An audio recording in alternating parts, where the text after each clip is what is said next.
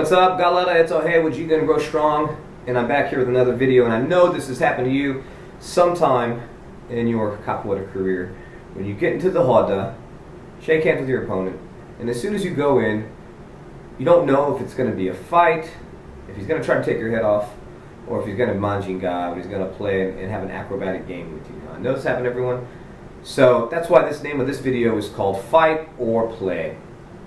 Now, this happens for a lot of reasons, and mostly it happens to beginners because they don't know how to read the body language. They don't know how to feel the energy of the music and the tempo of the music. They don't know the rhythm, the toque, okay, and what that signifies and what type of game you're supposed to be playing. And they have yet to like know the history of each player, like to learn the history of each player. How long has this guy been playing? Has he been training? They don't know the ranking skills, his skills. Is he a bully or his history? So in today's video, I'm going to try to explain and give you some kind of guidelines to try to read that and kind of know if you're in for a fight or what are you supposed to be doing. So I know everyone's experiences. I know I had, and I've gotten hurt and gotten injured, some stitches, and from not knowing it and just kind of going in thinking it's going to be a game of mandingar, and it was a fast game. So anyway, let's get started.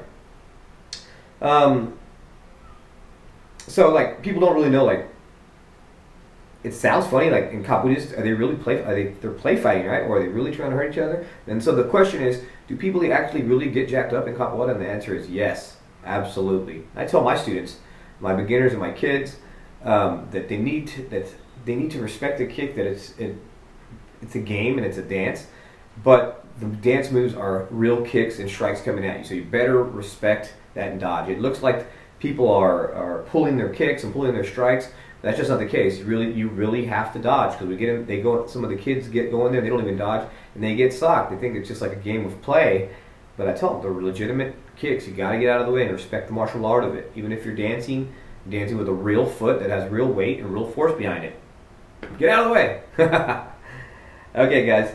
So I'm going to set some guidelines here to help you out. Now, they're just guidelines. If you bang some guy's wife, or you have some beef and you were talking shit to somebody, and you go in there and you're playing Angola, it's a very slow game, and he fucking jacks you up, that's your bad. That's what you get for being a creep and a fucking scumbag. So remember, these are just guidelines. You have to know and have common sense. You got what you deserve. So here are the guidelines. Number one, listen to the listen to the music. How fast is it? Okay, this determines what kind of game it's going to be. Faster games, faster rhythms are going to be usually more aggressive.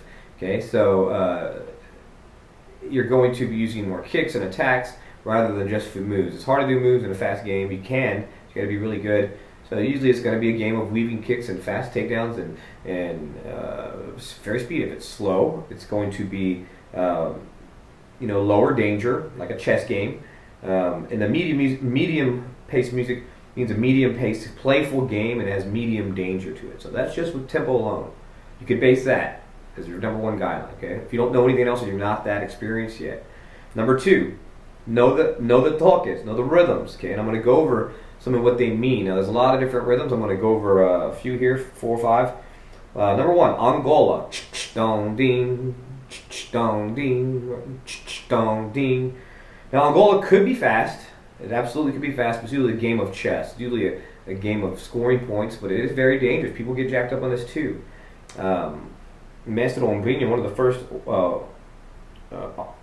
American mestres in the United States, he's an Angola mestre, said when he first discovered capoeira and he wanted to find the most brutal so he could learn it and master it, he said he went to Brazil and he wanted to train Angola because it's so tricky. So I do believe that. People think it's a slow, very slow and harmless game, but now they slow you down so they can get you right where they want you, okay, and then really take advantage of your position there, and that means knock you out. It's legitimately dangerous just because it's slow, or people think it's slow, but it can be very fast and sneak a very high Angola game. Just because you're not used to hearing like that, it can be fast. Okay, so we are. You have to keep your eyes on your opponent at all times, and looking to score points. So this, and there's weird angled hook kicks, crossing rabo de arraias, which are meia lua de compassos. So this is very that they they call a chamada, they get you going, and they'll attack you with a move. So there's always these challenges getting you in a vulnerable position. Okay, Volta do Mundo, all those things. So that's why it's so tricky and sneaky, even though it's classified as a slower game. It's a chess game nonstop. You got to stay protected almost 100% of the time. Where in a faster game, you could gain distance and you could take your, kind of take your defense down a little bit. Okay, Bangala.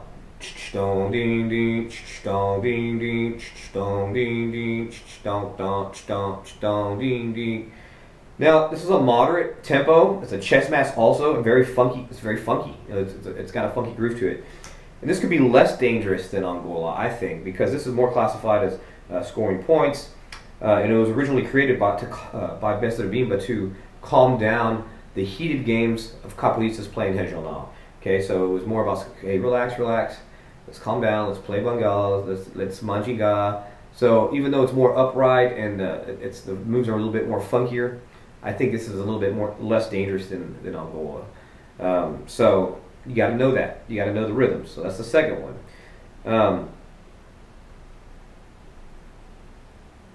Regional. Okay. Original regional. Okay. Dong ding dong dong ding dong ding dong dong ding dong dong dong dong ding.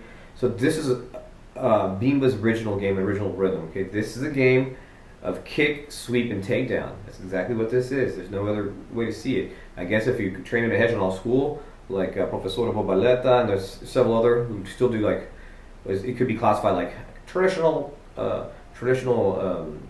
Okinawan karate or whatever. So it's really grassroots.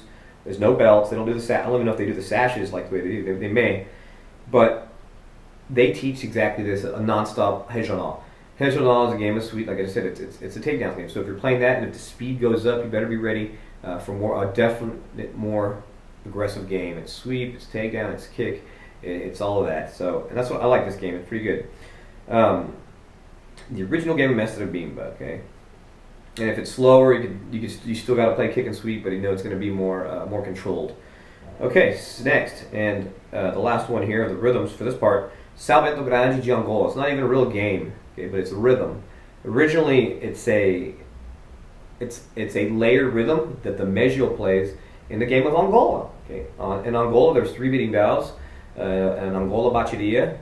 The Gunga plays Angola. The Meggio plays Salvento Grande de Angola. I'm sorry, plays Salvento Pequeno. And then the viola plays Salvento Grande de Angola. And adding a lot of variations. So a lot of contemporary groups, I know that we do, Contemporânea, we use this as a game, we use this as our main rhythm, which 3 beating bows are playing Salvento Grande de Angola. Okay, so in this one it's going to be contingent on the tempo. So if you're playing this and your group plays this, they're a contemporary group probably, and you play most of your capoeira to it, like ours does, then it's going to be contingent on the tempo. How fast is it? Are you playing fast? Are you playing medium? Are you playing slow? Also, there's a couple other things to consider. There's going to be things. The aggressiveness is dependent on the tempo, like I said. This training situation. Are you doing a training holdout where you're working on kicks, counter kicks, takedowns, these type of things? So you got to realize the situation, and also the mutual respect or disrespect of the person that you're playing, which I'm going to talk about more here momentarily. So these are the things that you need to consider during that rhythm and that speed.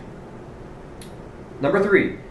You have to know your opponent. Is he known for being a bully or mixing it up, or is he known to be a mandingueiro, polite and respectful and helpful as a teacher? Okay, so those are things you need to think about while you're gauging up if it's going to be a fight or a play or a game. Okay, and the experienced players, they can show both sides of this, and they really listen to the rhythm, and they know this, and they'll usually abide by what I just said, the rhythm, the type of game it's supposed to be, and all that. Okay, here it is. Number 4 is the respect. Respeito.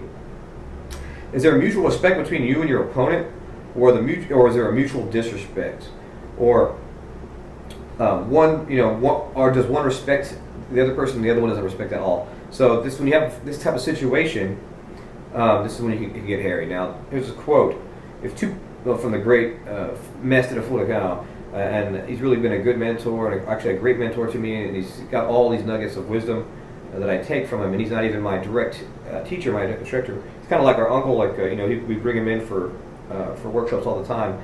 But he's so smart, and has so much wisdom, and has been in the battlefield, and has knocked guys out, and has got bloody noses, and has been there down in Brazil, mixing it up. I mean, his years of experience is amazing.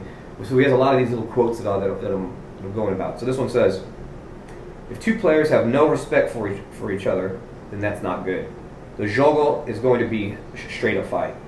And so when you go to events and there's two people that have a lack of respect, I mean, he said, not even do it. Why do you even go in? Because you're going to mess with the person's event. He's done that before all the time. But so that's what that means. Okay, you're going to go in there and then you're going to whatever rhythm it's going to be nasty. It's going to be a fight, definitely. So that's how you would gauge that, the level of respect. Finally, the last one. Watch, react, and modify. You have to learn how to read the body language. If someone's going after you and you don't realize, like, what's going on? And they're just going after you, and you're like, okay, you're still trying to mandingar, doing a handstand when you're not supposed to be doing a handstand when the guy's trying to take your head off. So that's the one that comes with experience, but you have to keep your eyes open and kind of have a more of a fight acuity, a sensitivity towards body language, and make decisions on your feet. Okay? So those are the 5 points there that to realize, to kind of predict if you're in a fight or if you're just in a mandingar, a game. Okay, and I hope this information has been helpful for you. Okay, and also another thing is the falsidade. I did a video a couple days ago on deceptiveness, and it really tells on where the root, where the stem of all this faking out comes out. And so check out that video. I'll put a link down in the description. You let me know if this was helpful for you. If you have any more questions on determining whether when you get in a Roda, not realizing if it's going to be a fight or play or whatever, or what your experience is with this falsidade. Okay, guys, until next time, guys, don't forget to like, share, comment, and subscribe. And so, hey, love you guys. Ashe.